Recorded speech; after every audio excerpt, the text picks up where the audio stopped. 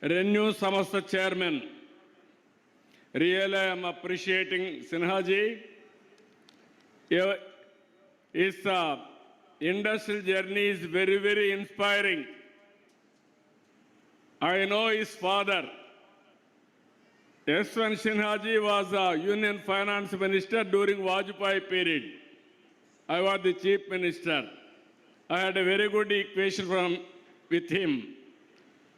But now if you see here, within short time, 15 years, he has done a miracle. Growing sector you have identified. And also this is the future. Money is not the criteria, is not the constraint. You are having leadership, money will come, investment will come, profits will come, employment will be generated. That is the model you have produced. I am proud of you. Country is proud of you by doing all these things.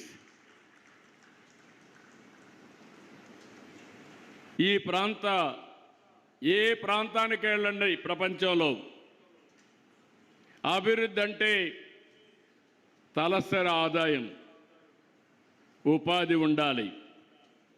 తలసరి ఆదాయం ఎక్కువ రావాలంటే విద్యుత్ శక్తి కూడా వినియోగించాలి. అదే సమయంలో నాకు కూడా అనుభవం ఉంది. 30 ఏళ్లుగా చూశాను. ముఖ్యమంత్రిగా అయినప్పటి నుంచి అంతమునుపు కూడా రాజకీయాల్లో చూశాను. నేను చూసినప్పుడు అభివృద్ధి అనేది శ్రద్ధ పెట్టి చేస్తే ఏదైనా సాధ్యం. మిమ్మల్ని అందరినీ మనస్ఫూర్తిగా అభినందించాలి. 2024 ఎన్నికల కంటే ముందు 1924 ఏం జరిగిందో ఈ రాష్ట్రంలో మీరు చూశారు. విధ్వంసం, ఎక్కడ చూసినా అభివృద్ధి ఆగిపోవడం, అనేక సమస్యలు వచ్చాయి. ఆ రోజు నేను మా మిత్రుడు పవన్ కళ్యాణ్ గారు ఇద్దరం కలిసి ఆలోచించాం. ఈ రాష్ట్రాన్ని పునర్నిర్మాణం చేయాలి, పూర్వ వైభవం తేవాలి, కలిసి పోటీ చేయాలని నిర్ణయించి ఆ రోజు కలిసి పోటీ చేస్తే ఆ రోజు మేము ఇచ్చిన హామీ ఒకటి, సమిక్షేమం ఇస్తాం, అభివృద్ధి చేస్తాం, సుపరిపాలన తెస్తామని చెప్పాం. మీరు నమ్మారు. ఈ అనకాపల్లి జిల్లాలో కానీ విశాఖపట్నంలో కానీ అన్ని సీట్లు ఎన్డీఏ అభ్యర్థుల్ని గెలిపించారంటే అది మీరు చూపించిన చొరవ. ఆ రోజు మేమిద్దరమే కాకుండా ఈ దేశానికి సరైన నాయకత్వం నరేంద్ర మోడీ గారిని నమ్మాం.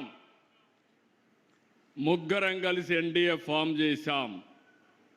దాని ఫలితమే ఈరోజు మీరు చూస్తే రాష్ట్రంలో పెద్ద ఎత్తున అభివృద్ధి కార్యక్రమాలు జరుగుతున్నాయి.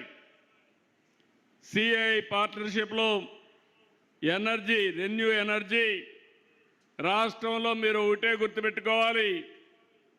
ఈరోజు సిన్హా గారు ఇక్కడ ఉన్నారు. 82,000 కోట్ల రూపాయలు ఈ రాష్ట్రంలో పెట్టుబడులు పెట్టడానికి ముందుకు వచ్చారు.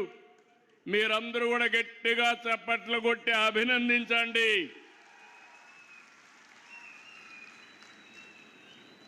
ఎందుకు నేను చెప్తున్నానంటే నీతి నిజాయితీతో వ్యాపారం చేస్తున్నాడు. ఒక పద్ధతి ప్రకారం వ్యాపారం చేశాడు. ఒక ఎంపైర్ని క్రియేట్ చేయగలుగుతున్నాడు. ఆయన మన ఒక్క రాష్ట్రంలోనే 82,000 కోట్ల రూపాయలు ఈ యొక్క గ్రీన్ ఎనర్జీలో ఖర్చు పెట్టే పరిస్థితికి వచ్చాడు. ఇప్పటికీ 777 మెగావాట్లు విండు, సోలార్ అనంతపూర్ జిల్లాలో పెట్టే పరిస్థితికి వచ్చారు. మళ్ళీ అనంతపూర్, కర్నూలు రెంటుల్లో కూడా 10,370 కోట్ల రూపాయలు తొందరలోనే పనులు ప్రారంభిస్తారు. అంటే 2 ప్రాంతాల్లో ఇక్కడ మ్యానుఫ్యాక్చరింగ్ చేస్తున్నారు, అక్కడ మాత్రం సోలార్ విండ్తో పవర్ జనరేట్ చేస్తున్నారు. రాంపల్లిలో పెట్టిన రెన్యూ సంస్థ చేస్తున్న సోలార్ ఇంగాట్ వేఫర్ ఉత్పత్తితో విదేశాలపైన మనం ఆధారపడే పరిస్థితి పోతుంది. ఇదే ప్రధానమంత్రి మోడీజీ గారి యొక్క ఆత్మ నిర్భర్ భారత్ అని చెప్పి కూడా నేను మీకు తెలియజేస్తున్నా. నేను ఒకటే ఆలోచించాను. ఈరోజు మీకు అందరికీ తెలిసి దేశంలో పవర్ సెక్టర్ రిఫార్మ్స్ని ప్రారంభించింది తెలుగుదేశం పార్టీ. 2000లోనే దీన్ని ప్రారంభించాం.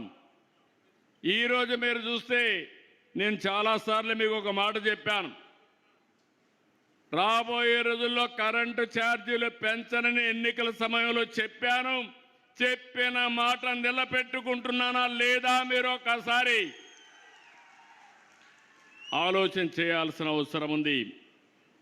గత 5 సంవత్సరాలు 1924 విద్యుత్ రంగం కుప్పగూలిపోయింది.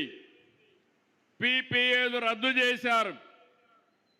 నిర్వహణ లోపం, తప్పుడు నిర్ణయాలు, అధిక ధరకు కరెంటు కొనడం, ఇంకో పక్క ఎక్కడ చూసినా అవినీతి.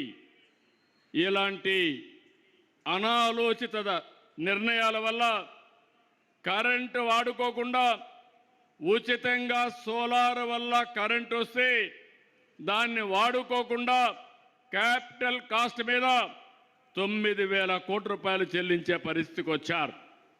ప్రజా ధనాన్ని దుర్వినియోగం చేశారు. అంతేకాకుండా ఈరోజు 1924లో విద్యుత్ సంస్థలపైన 1,12,000 కోట్ల రూపాయలు భారం మోపారు. 9 సార్లు కరెంటు ఛార్జీలు పెంచారు. మీ మీద 32,000 కోట్ల రూపాయలు భారం వేసే పరిస్థితికి వచ్చారు. నేను 2024లో వస్తానే ఆలోచించాను. మనం చేయాల్సింది తక్కువ ఖర్చుతో కరెంటు ఉత్పత్తి చేయాలి. ఏమేం మార్గాలు ఉన్నాయని ఆలోచించాను. దీనికి గ్రీన్ ఎనర్జీ ఒక మార్గం. అందుకే కేంద్రం 500 గిగావాట్లు కరెంటు ఉత్పత్తి చేయాలని గ్రీన్ ఎనర్జీలో లక్ష్యంగా పెట్టుకుంటే మనం 160 గిగావాట్లు రెన్యూవబుల్ ఎనర్జీకి ముందుకు పోతున్నాం. దీనివల్ల 10 లక్షల కోట్ల పెట్టుబడులు వస్తాయి. 7,50,000 మందికి ఉద్యోగాలు వస్తాయి. 22 నెలలు 117 ప్రాజెక్టులు క్లియర్ చేశాం. 5,95,000 కోట్ల రూపాయలు పెట్టుబడులు వచ్చాయి. 4,76,000 మందికి ఉద్యోగాలు వస్తాయి. ఇప్పటికీ 160 గిగావాట్లు 90 గిగావాట్లు శాంక్షన్ కూడా ఇచ్చాం. ఎంవీలు కూడా చేశాం. మొన్నే విశాఖపట్నంలో మోడీ గారు శంకుస్థాపన చేశారు. ఎన్టీపీసీ గ్రీన్ ఎనర్జీ 1,85,000 కోట్లు ఖర్చు పెట్టబోతున్నారు. రాబోయే సంవత్సరం పనులు కూడా ప్రారంభిస్తారు. నేను ఒకటే ఆలోచిస్తున్నాను. ఈరోజు ఎక్కడికక్కడ వాహనాలన్నీ కూడా ఎలక్ట్రికల్ వాహనాలు రావాలని, దీనివల్ల పొల్యూషన్ కంట్రోల్ అవుతుంది. తొందరలోనే ఏపీఎస్ఆర్టీసీ 1050 బస్సులు ఈవీ వెహికల్ తీసుకొస్తున్నాం. 1000 పైన ఛార్జింగ్ స్టేషన్లు పెట్టాం. ఇంకో తొందరలో 444 వస్తాయి. రాబోయే 3 సంవత్సరాల్లో 5,000 ఛార్జింగ్ స్టేషన్లు వచ్చి మొత్తం రాబోయే రోజుల్లో అన్ని ఆర్టీసీ బస్సులన్నీ కూడా ఎలక్ట్రికల్ బస్సులే వస్తాయి. మీరందరూ సహకరిస్తే ఆర్టీసీ బస్సులన్నీ కూడా ఏసీ బస్సులు పెట్టి పేదవాళ్ళు కూడా తిరగడానికి ప్రయాణ సౌకర్యం కల్పిస్తాం. అంటే డబ్బులుండేవాళ్ళు ఏసీలో తిరగడం కాదు, మా పేదవాడు కూడా దర్జాగా బయటకు వస్తే గౌరవంగా ఉండే పరిస్థితి తీసుకురావాలన్నది నా కోరిక. కాకినాడలో అతి పెద్ద గ్రీన్ అమోనియా ఉత్పత్తి కోసం ఏఎం గ్రీన్ కో ముందుకు వస్తూ ఉంది. ఇప్పటికే అగ్రిమెంట్లు కూడా చేసుకున్నారు. నా ఆలోచన ఒకటే మీ అందరికి కూడా విజ్ఞప్తి చేస్తున్నా. రాష్ట్రంలో ప్రతి ఒక్క ఇంటిని ఒక విద్యుత్ ఉత్పత్తి కేంద్రంగా తయారు చేయాలి. మీరే కరెంటు ఉత్పత్తి చేసుకోవాలి. మీకు అవసరమైన కరెంటు మీరే వాడుకోవాలి. ఒకవేళ మీకు కరెంటు కానీ అదనంగా ఉంటే గ్రిడ్కి ఇవ్వండి. మీకు అవసరమైతే మళ్ళా గ్రిడ్ని తీసుకోండి. వ్యవసాయం చేసే రైతులు మీరే కరెంటు ఉత్పత్తి చేసుకోవాలి. పంప్ సెట్ దగ్గర మీరు వాడుకోవాలి. మీకు అవసరమైతే మీ ఇంటికి వాడుకోండి. ఇంకొక పక్కన మీ వాహనాలు కూడా ఎలక్ట్రికల్ వాహనాలు చేసుకోండి. మీకు ఖర్చు తగ్గిపోతుంది. మీకు ఇచ్చే పంప్ సెట్ కూడా కుసుమ్ కింద ఉచితంగా ఇస్తామని చెప్పి నేను మీకు తెలియజేస్తున్నా.